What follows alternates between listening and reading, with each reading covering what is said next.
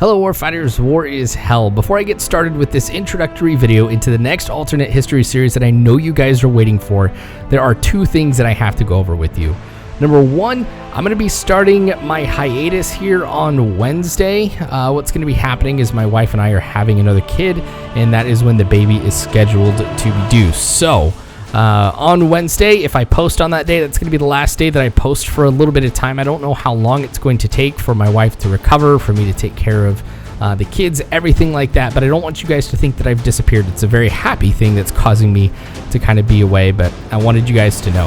A lot of you wanted me to post this before I left on my hiatus, so you guys would know what the next alternate history series is, which that's definitely an exciting thing, so that's what's going to be coming up here in a little bit. Also, I wanted to celebrate with you guys a major milestone for the channel and give a big thank you to Proto, who has now pledged $100 for what we're doing here. This kind of support really humbles me. I really can't thank Proto enough because of the tier that he is at now on the Patreon. I'm going to be making some missions for just Proto and myself to end up playing. So absolutely cool that he is at that level. There are some new tiers, of course, on Patreon. You guys should go check them out to see what you can get access to and what's going to be going on there. I'm going to be making a video for it pretty soon. Anyway, to the thing that you guys have all been waiting for, this next alternate history series.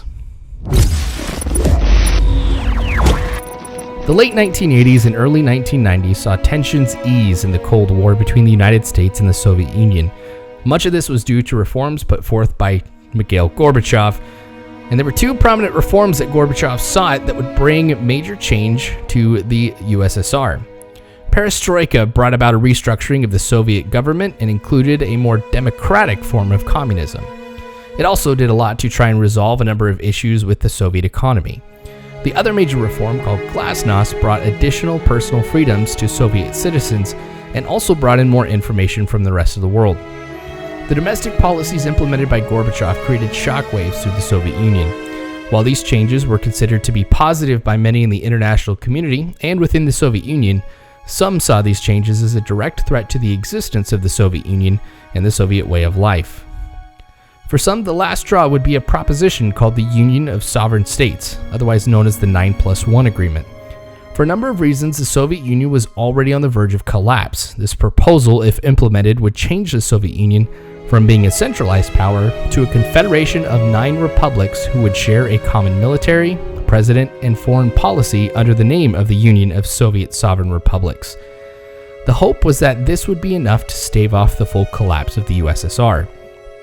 There were some in high-ranking positions in the Soviet Union who thought that by taking matters into their own hands, they could prevent the fall of their nation and return the Soviet Union to its previous state of power.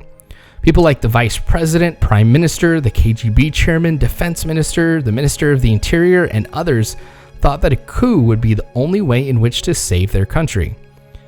With supporters in the high ranks, some military support for the coup was guaranteed as other high-ranking officers sought the opportunity to advance under new leadership.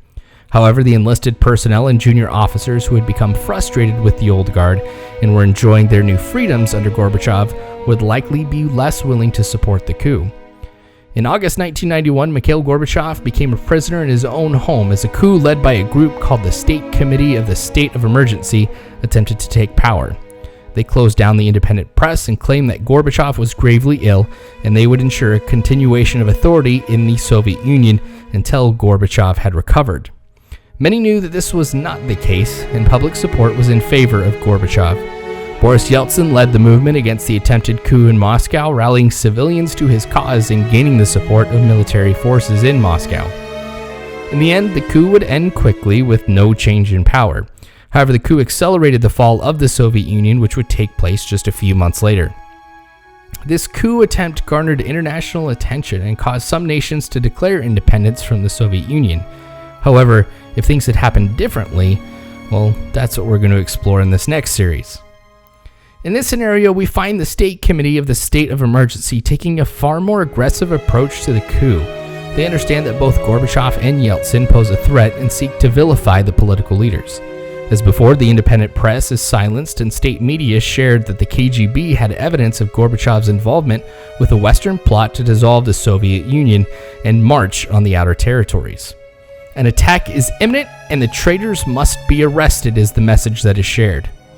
The military and the civilian populace are actually divided on whether or not to believe the claims of the State Committee on the State of Emergency. Those claiming to show the evidence seem credible in the eyes of a lot of people, and the country is on edge. The smallest of acts at this point could cause civil war to ring out again in the Soviet Union. The State Committee on the State of Emergency decides to act quickly to eliminate Gorbachev. Alpha Group has been ordered to arrest Gorbachev in his Crimean Dacha. If he or any of his 32 armed guards resist this arrest, Alpha Group has orders to kill Gorbachev to prevent this NATO attack, which has been fabricated. This attack on Gorbachev's Dacha will mark the first combat action in what would become to know as the Soviet Civil War, or the August Coup.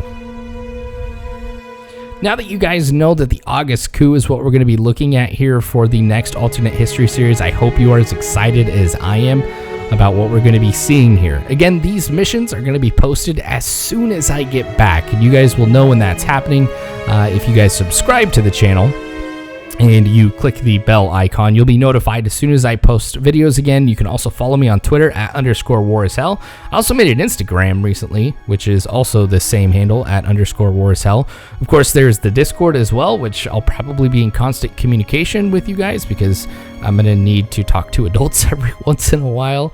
But other than that, guys, thank you for your continued support. Again, I hope you enjoy what's going to be coming. And if you can donate, probably not as much as Proto, but if you can donate to help out the channel and what we're doing here, that is going to be greatly appreciated. And I have some amazing plans for what's going to be happening with that money. There's going to be a couple new series, actually, when I get back. So, thanks again for watching, guys. War is hell. You don't have to worry because Warfighters, I've got your 6.